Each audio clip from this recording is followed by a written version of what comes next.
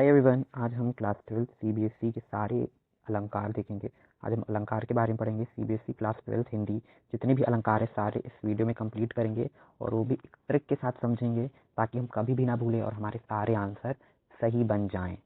तो चलो सबसे पहले अलंकार की डेफिनेशन ही देखते हैं, परिभाषा देखते हैं। अलंकार की परिभाषा क्या है? तो अगर हम अलंकार की परिभाषा देखें, काव्य की शोभा बढ़ाने वाले तत्व को अलंकार कहते हैं। तो अलंकार क्या है? बहुत सिंपल सी डेफिनेशन परिभाषा है। तो अलंकार क्या है?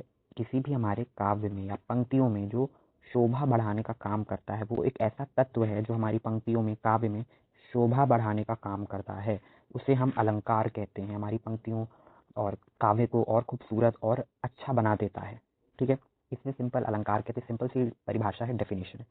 सबसे पहला अलंकार है हमारा, वो है अनुप्रास अलंकार। कैसे जानेंगे कि हमें ये अनुप्रास अलंकार है? कैसे जानेंगे? तो बहुत ही ईजी है। जब किसी वर्ण की आवृत्ति बार बार हो तो समझ जाना वहाँ पे अनुप्रास अलंकार है। देखो, जब किसी पंक्ति में वर्णों की आवृत्ति बार बार होती है, वहाँ हम जान जाएं, समझ जाएं कि वहाँ पे कौन सा अलंकार है, अनुप्रास अलंकार है। ठीक है, इसका एक एग्जाम्पल भी है। अब वर्ण की आवृत्ति यानी कि वर्ण, जैसे तुम्हारा ABCD अल्फ़ाबेट्स होते हैं, वैसे हिंदी में वर्ण होते हैं, जैसे क ख, ये सब क्या है, तुम्हारे वर्ण ही तो है।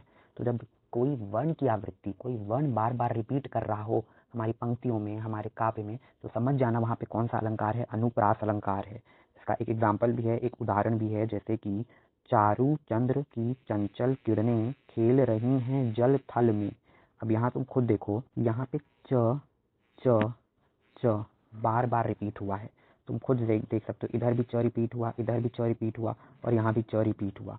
तो चारू चंद्र की चंचल किरणों खेल रही हैं जल थल में, तो यहाँ च च वर्ण की आवृत्ति बार बार हुई है, इसलिए यहाँ पे कौन सा अलंकार लग जाएगा, अनुप्रास अलंकार लग जाएगा। इजी था, बहुत इजी था। अब सेकंड हमारा अलंकार है यमक अलंकार। यहाँ वर्ण की आवृत्ति हो रही थी, यमक अलंकार में हमारे शब्द की आवृत्ति होगी, यानी कि शब्द रिपीट करेंगे। तो देखो, अगर इसकी डेफिनेशन की बात करें तो इसकी डेफिनेशन क्या लिखेंगे? जब एक ही शब्द दो या दो से अधिक बार प्रयोग हुए पर उनका मतलब अलग अलग हो। तो यमक अलंकार क्या होता है? सिंपल है। जब यहाँ हमारे अनुप्रास अलंकार में वर्ण की आवृत्ति हो रही थी, यहाँ पे यमक अलंकार में शब्द की आवृत्ति होगी, पर वो जो शब्द रिपीट कर रहे होंगे उन दोनों का अर्थ अलग अलग होगा। मतलब वो शब्द एक ही है, एक बार एक शब्द रिपीट कर रहा है, पर वहाँ पे वो जो शब्द रिपीट कर रहा है, वहाँ पे जो मीनिंग है उस शब्द की वो अलग अलग होगी। एग्जाम्पल के थ्रू देखो, उदाहरण है कनक कनक ते सौ गुनी मादकता अधिकाय। यहाँ पे कनक कनक दो बार आया है, दो बार शब्द की आवृत्ति हुई है, कनक कनक।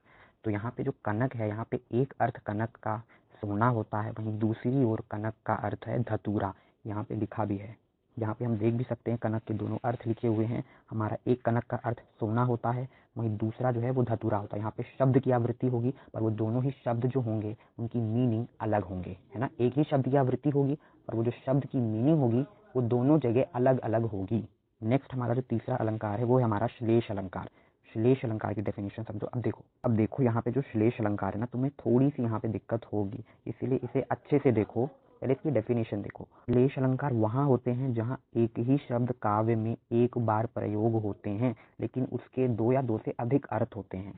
अगर हम बात करें श्लेष अलंकार की, तो इसकी डेफिनेशन हमने देख ली। क्या है इसकी डेफिनेशन? यहाँ पे जो शब्द है वो एक ही बार आएगा, लेकिन उस शब्द, पंक्ति में जो तुम्हारा शब्द है वो एक ही बार आएगा, पर उस शब्द की जो अर्थ होंगे ना वो अनेक अर्थ होंगे। मतलब यहाँ पे दो या दो से अधिक अर्थ निकलेंगे उस एक शब्द के।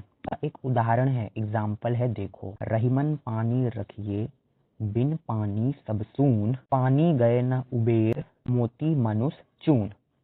अब यहाँ पे जो पानी है, इस पानी के देखो तुम्हें अनेक अर्थ देखने को मिलेंगे। यहाँ पे एक पानी का अर्थ है, किसके हिसाब से? तो यहाँ पे पानी के अनेक अर्थ हैं, तुम्हें पानी के अनेक अर्थ देखने को मिलेंगे। मोती के संदर्भ में पानी का अर्थ चमक है, मनुष्य के संदर्भ में पानी का जो अर्थ है वो सम्मान या इज्जत है, और चून, आटा या चून के संदर्भ में हमारा जो पानी का अर्थ है वो जल है। तो देखो, यहाँ पानी एक ही बार आया इस पंक्ति में, पर उस पानी का अनेक अर्थ है, हमें देखने को अनेक अर्थ देखने को मिल रहा है अलग अलग वस्तु के हिसाब से। तो जो हमारा नेक्स्ट अलंकार है वो है हमारा उपमा अलंकार। उपमा अलंकार की हम, बहुत इजी है, इसकी डेफिनेशन क्या तुम समझ जाओ। उपमा अलंकार में तुम्हें किस प्रकार के शब्द देखने को मिलेंगे? सा, ती, से, सम, सरिस जैसे शब्द का प्रयोग होता है। डिफाइन भी कर सकते हो इसमें।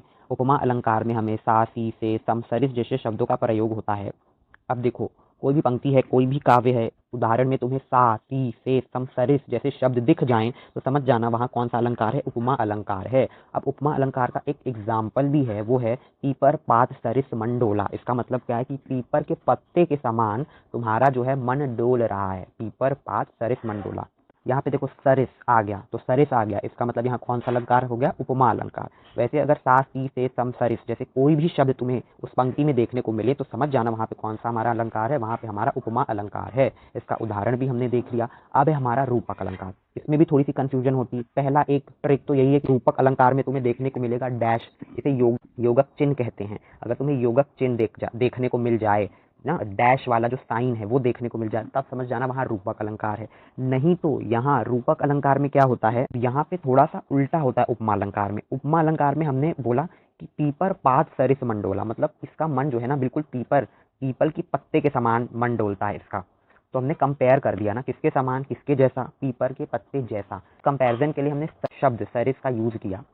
यहाँ पे हम कुछ यूज नहीं करेंगे बल्कि डायरेक्ट ही बोल देंगे। इसका फॉर एग्जांपल देखो, चरण कमल बंदो हरिराई, जो कि किसका उदाहरण है, हमारा रूपक अलंकार का है। यहाँ पे चरण को ही कमल के समान मान लिया गया है। वहाँ पे मन को पीपर के पत्ते के समान डाला गया था कि पीपर के पत्ते के समान इसका मन डोलता है, लेकिन वहाँ सरिस जैसा शब्द यूज हुआ।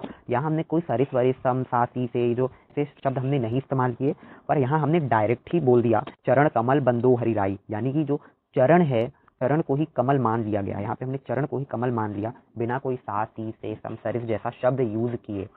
एक ये पहचान है रूपक अलंकार की। और दूसरा तो तुम्हें ये एक योगक चिन्ह होता है, जो डैश का साइन होता है, तुम्हें ऐसा डैश का साइन देखने को मिलेगा, सिंपल सा ये जो डैश होता है वो देखने को मिलेगा, तो समझ जाना कि वहाँ रूपक अलंकार है। हमारा उत्प्रेक्षा अलंकार होता है। उत्प्रेक्षा में देखो कैसे शब्द का इस्तेमाल किया जाता है, मानु, मन, मनु, मानो, जनहू, जानू, जानो जैसे शब्द मिलते हैं। अब देखो उत्प्रेक्षा अलंकार में तुम्हें मानु, मन, मनहू, मानो, जनहू, जानू, जानो जैसे शब्द अगर तुम्हें किसी पंक्ति में, काव्य में देखने को मिल रहे हैं तो तुम तुरंत समझ जाना कि वहां पे कौन सा अलंकार है, उत्प्रेक्षा अलंकार है। इसका एक उदाहरण भी देख लेते हैं।